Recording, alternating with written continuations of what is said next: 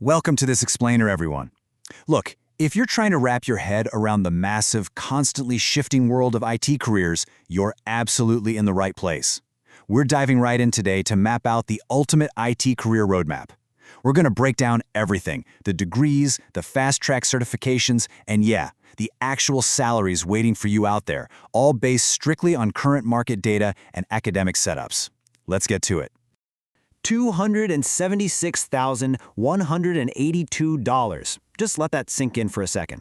That is the high-end earning potential for an IT professional right now. It's a number that really hits home just how incredibly valuable specialized tech skills are in the real world. Because hey, it's not just about fixing computers anymore, right? It's literally about building and leading the digital architecture of our entire modern world. So, how do we actually get you there? Here's the game plan for today. First, we'll ask why choose information technology. Second, we'll walk through the academic path, the degrees. Third, we'll check out the certification fast track. Number 4, we'll explore top IT career destinations. And finally, we'll wrap up with the freelance frontier. All right, Section 1, why choose information technology? Building the digital future. Honestly, jumping into IT is one of the most strategic moves you can make right now. Obviously, we just talked about the massive earning potential, but it goes way beyond that.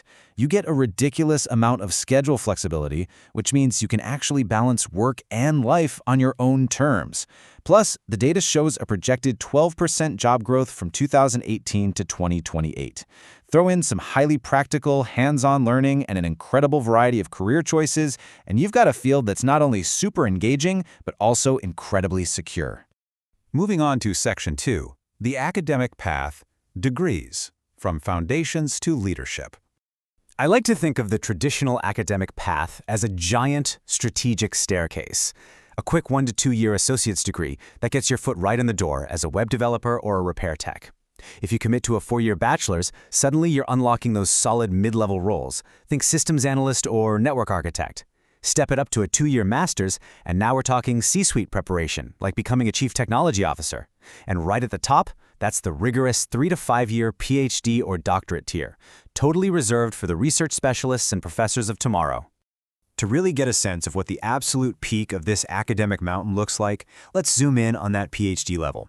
It is incredibly rigorous. We're talking 3 to 5 years of intense, dedicated study. But here's the kicker. It's not just taking classes. Candidates actually have to pioneer brand new knowledge. Usually, they're required to publish a minimum of 4 Scopus indexed research articles just to graduate. So yeah, this route is heavily focused on hardcore applied research and scientific leadership. Which brings us to Section 3, the certification fast track, high ROI alternatives.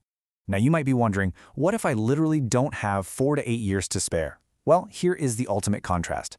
On one side, you have the traditional 4-year bachelor's degree. It's a huge investment, right? Tons of time, tons of tuition. But on the other side, you've got targeted, agile certifications. Take the Google Cloud Architect exam, for example. It only costs around $200. It's a hyper-efficient, super low-cost way to pivot your entire career or just stack some highly specialized skills onto a resume you already have. And the return on investment for these targeted exams? Absolutely staggering.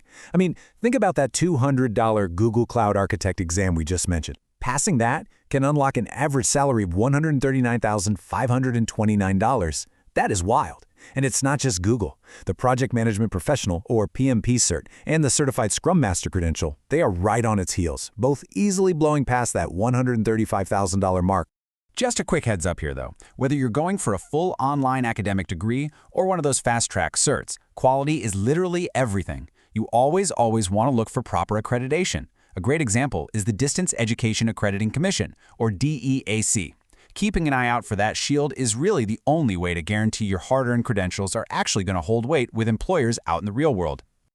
All right, moving right along to Section 4, top IT career destinations, where the paths converge. So, where do all these paths actually lead? Well, like we said earlier, you definitely aren't just limited to fixing broken laptops. The modern IT landscape is incredibly vast. One day, you could be managing this massive, intricate web of global mobile networks. And the next, you're building futuristic AI data dashboards or training complex machine learning models. Whether you specialize in core computing, deep data analytics, or frontline global cybersecurity, the choices are, frankly, limitless. And crucially, the exact specialization you pick totally dictates your earning power. An entry-level IT support specialist, they're pulling in a really solid average of $53,470. But watch what happens as you specialize. The numbers just jump. Information security analysts get right up near that six-figure mark, while software developers and network architects comfortably push past $105,000 a year. Let's look a bit closer at the information security analyst, for example. These folks are essentially our modern-day digital defenders.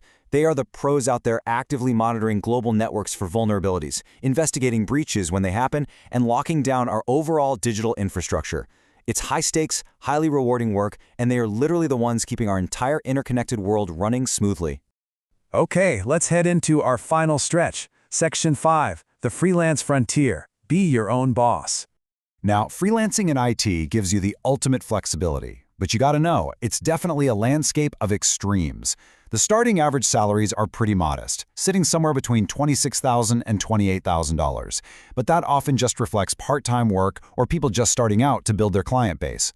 But here's the thing, if you really hustle and carve out a niche specialization, that ceiling completely vanishes.